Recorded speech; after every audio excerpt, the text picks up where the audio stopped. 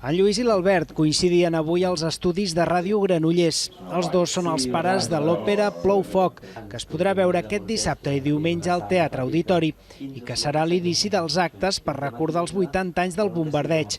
A nivell musical, l'Orquestra de Cambra i el Cor Veus dels Amics de la Unió interpretaran les composicions d'en Lluís. S'hi barregen molts sentiments, sentiments de tristesa, sentiments de nostàlgia, sentiments d'abandonament i sentiments d'esperança també, no? Aquesta esperança de, ostres, volem trobar un lloc on podem estar segurs, on no ens cauran bombes. Llavors, doncs, la música havia de reflectir tots aquestes emocions. I és que la història escrita per l'Albert explica com els nens de dues ciutats en guerra fugen de les bombes per trobar-se una nit de pluja sota un mateix sostre.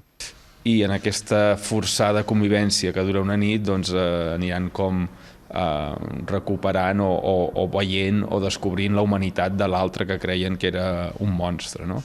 Hi ha un procés de comprensió de l'altre que crec que és l'important de l'obra davant de la criminalització d'un rival que no saps ni si és rival, simplement saps que t'han dit que és un rival, acaben fent el procés d'humanització de l'altre i acaben aprenent a conviure.